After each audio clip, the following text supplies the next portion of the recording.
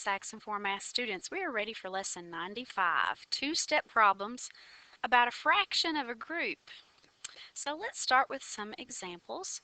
And when we get into these problems, they're going to show you a nice concrete way of doing it. And I'm going to show you a little bit more advanced way that I think is really simple.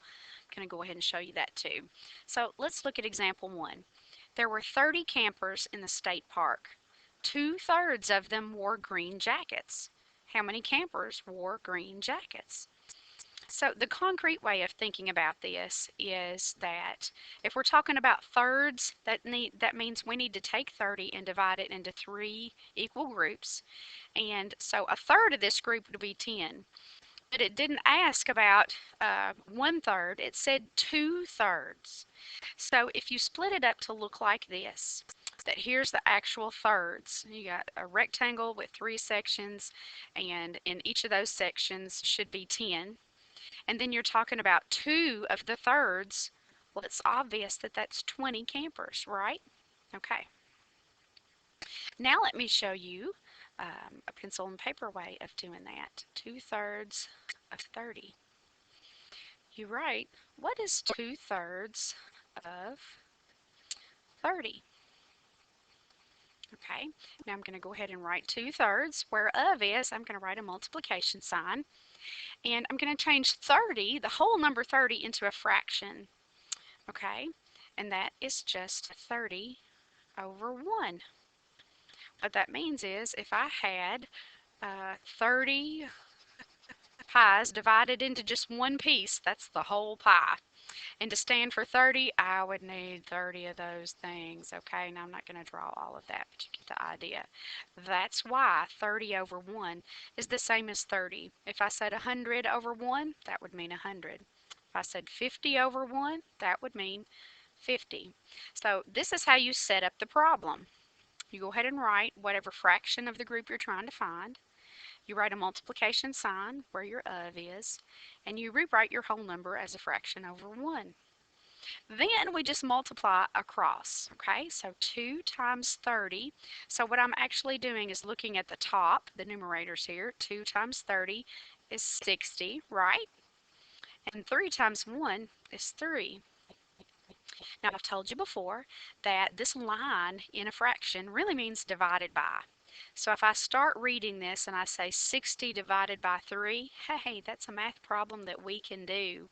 We can do 60 divided by 3, can't we? How many groups of 3 could you get out of 6? 2, because 2 times 3 is 6. Subtract, bring down. How many groups of 3 could you get out of 0? 0, because 0 times 3 is 0. Subtract. There's nothing left to bring down. My final answer then is 20. So 2/3 of 30 equals 20. See how we got the very same answer? Okay, so again, this was the concrete way to do it right here, and see the thirds. And the mathematical paper and pencil way was like this. So we'll do it both ways for all of our problems today. Example 2. The force of gravity on Mars is about 2/5 of the force of gravity on Earth. A rock brought back to Earth from Mars weighs 50 pounds. How much did the rock weigh on Mars? So what we want to do is find 2/5 of 50 pounds. So here we go. Let's do it my way first. 2/5 of 50 pounds. Okay, so 2/5 times 50 over 1, right? And we go straight across. 2 times 50 is 100. 5 times 1 is 5. And this really means 100 divided by 5. So 100 divided by 5. How many groups of 5 can I get out of 1? I can't. How many groups of 5 could I get out of 10? 2, right? I'm going to erase this so as not to confuse you. Because 2 times 5 is 10. Subtract, bring down. How many groups of 5 can I get out of 0? 0, because 0 times 5 is 0. Subtract. There's nothing left to bring down. My final answer is 20. So 2/5 of 50, and this was pounds, equals 20 pounds. Now let's look at the concrete way of doing that. Since the fraction denominator is fifths, I know I want to take 50 and divide it into 5 equal groups. So 50 divided by 5, each fifth is going to be 10 pounds. And so if we drew a rectangle divided into fifths, or 5 pieces, 10 pounds would fit into each of those, wouldn't it? Because 50 divided by 5 is 10. But it didn't say that Mars had the strength of gravity that was 1/5 the force of gravity on Earth. It said 2/5. So 2 of these fifths, it's obvious to see, would be 20 pounds, correct? And isn't that what we got here also? Okay, let's continue on. Lesson practice. It says to diagram each problem, then answer the question. And when it says diagram, it just means draw that fractional part, okay? So we'll do that first. A, 3/4 of the 24 checkers were still on the board. So already I know I need to divide this 24 into fourths. That means take 24 divided by 4. What would that be? It'd be 6, wouldn't it? Because 6 times 4 is 24. And it didn't ask for 1/4, it asked for 3/4. So that would be 3 sets of 6. So that would be what? Be 18 checkers, okay? And your diagram would look like this. Divide a rectangle into 4 parts because it says fourths. And you would need to put 6 in each of those. And 3 of the fourths would add up to 18 checkers. Now let's do it the paper and pencil way. 3/4 of 24. Here we go. 3/4 times, how do I write this 24?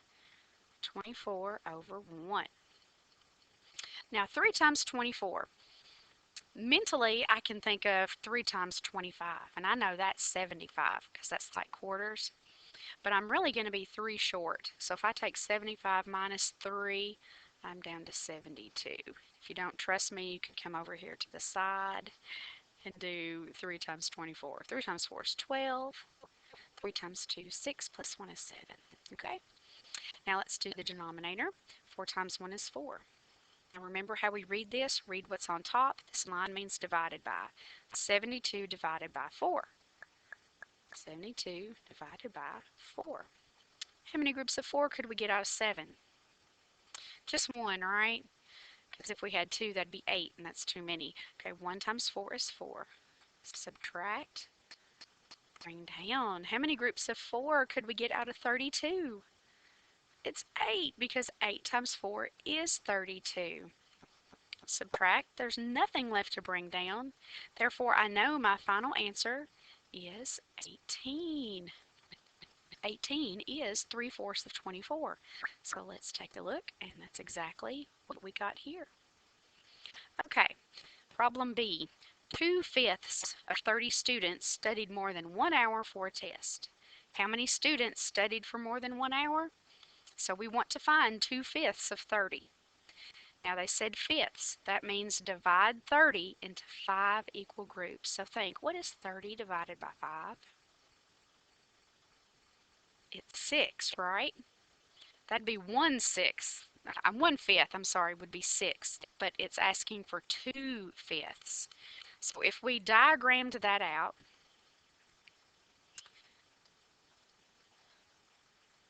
it was talking about fifths, so I have to have 5 boxes. This has to add up to 30. Divided by 5, we said it was 6. And 2 of those, 6 and 6, it's 12. So it'd be 12 students. But now let's take a look at the more advanced way to do it. And let's do 2/5 of 30. So I rewrite it, 2/5 times 30 over 1. Let's multiply across. 2 times 30 is 60, and 5 times 1 is 5. This means 60 divided by 5. How many groups of 5 can you get out of 6? 1, because 1 times 5 is 5. Subtract, bring down. How many groups of 5 could I get out of 10? 2, because 2 times 5 is 10. Subtract, there's nothing left. And they got 12 for their answer. I got 12 for mine. You just kind of have to pick your favorite way of doing things. Okay, now look at C. My pen's advancing crazily today. The force of gravity on Mercury is about 1/3 the force of gravity on Earth. How much less would a tire weigh on Mercury if it weighs 42 pounds on Earth? Would the mass be the same? Why or why not? Let's look at the first question. How much less would a tire weigh on Mercury if it weighs 42 pounds on Earth? We would know that on Mercury it would weigh 1/3 of what it does on Earth, which is 42. So we want to find out what is 1/3 of 42 pounds. Dividing into thirds means 3 equal groups. Okay, so I would take 42 and divide it into 3 equal groups. Now that's not easy for me to do mentally, so I would rather just start right off saying 1/3 of 42 pounds. Okay, so 1/3 times 42 over 1. 1 times 42 is 42, and 3 times 1 is 3, and we're looking at the same problem. 42 divided by 3. How many groups of 3 can we get out of 4? Just 1, because 1 times 3 is 3. Subtract, bring down. How many groups of 3 can I get out of 12? 4, because 4 times 3 is 12. Subtract, there's nothing left to bring down. So my final answer, what's 1/3 of 42 pounds? That's 12 pounds. So a 42-pound tire on Earth would weigh 12 pounds on Mercury, just in case you ever need to know that.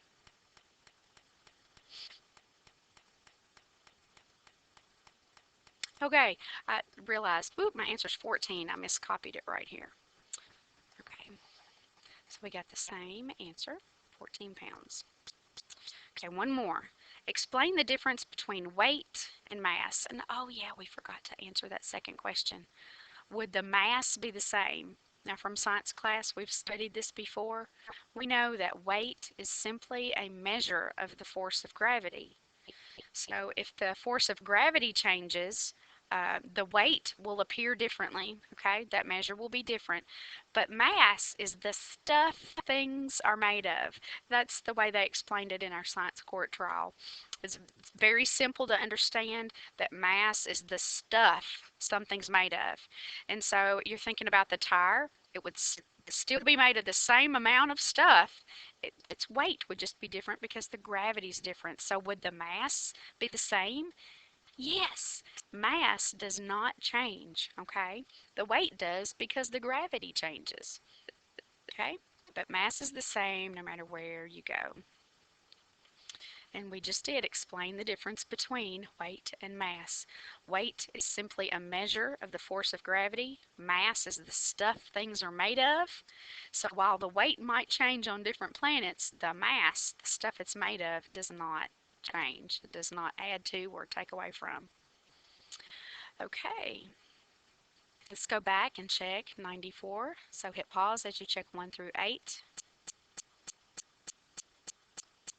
Hit pause as you check 9 through 14. Hit pause as you check 15 through 21. And hit pause as you check 22 through 30 and the early finisher if you're gung-ho and you did that. Okay, now we're going to do mental math. Our newest trick is to think if you're doing 5 times a number, do 10 times the number instead and then take half of that. So mentally you're thinking 10 times 46 and then half of that. Okay, 10 times 62, take half of that. 10 times 240. Take half of that. The price of the blouse is $24.87. Sales tax is $1.95. What is the total cost? Let's treat this $1.95 like it's $2. Then when we're finished, just take away a nickel. So go ahead and add $2. Take away a nickel. Did you get this? A large glass of water weighed half a kilogram. How many grams is half a kilogram? Well, remember, kilo means 1,000. A kilogram is 1,000 grams. What's half of that? 500 grams. The package of 10 pencils costs $1.98. Round that price to the nearest dollar and then divide by 10 to estimate the cost per pencil. So let's round this to the nearest dollar. Okay, here's the dollars place. Whatever's to the left of the decimal point.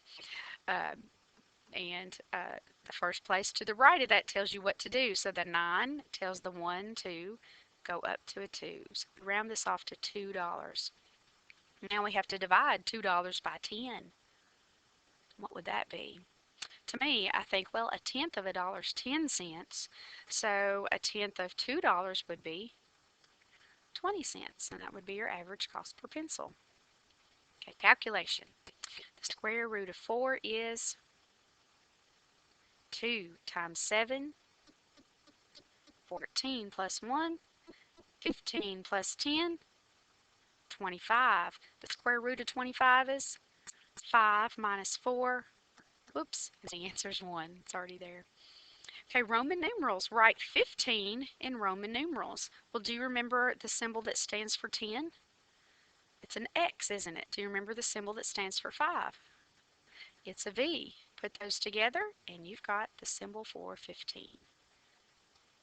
Problem solving. On February 4th, Edgar remembered that his 2 library books were due on January 28th. Sounds like something I would do. The fine for late books is 15 cents per book per day. If he returns the books on February 4th, what will be the total fine? So let's figure out how many days late he is. 30 days has September, April, June, and November. All the rest have 31. So January has 31 days. So if I make tally marks, we start at the 28th. Okay, we're due the 28th. 29, 30, 31, and February 1, 2, 3, and 4. So 1, 2, 3, 4, 5, 6, 7 days late. Ugh. And there are how many books? It's not just one. It's 2 books that are late. And it's how much per day? 15 cents per day. Okay? Let's do a table and let's start with figuring out just the cost for one book, okay? So if it's, I'm going to put days late and cost. Okay, 1 day late, 15 cents. 2 days late, 30 cents. 3, what would this be? 45 cents. 4 days late, 60 cents. 5 days late, 75 cents. 6 days late, 90 cents. And 7 days late,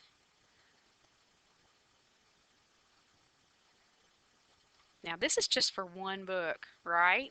We've got 2 books. So if one book is $1.05, 2 books would be $2.10. Okay, and we're finished.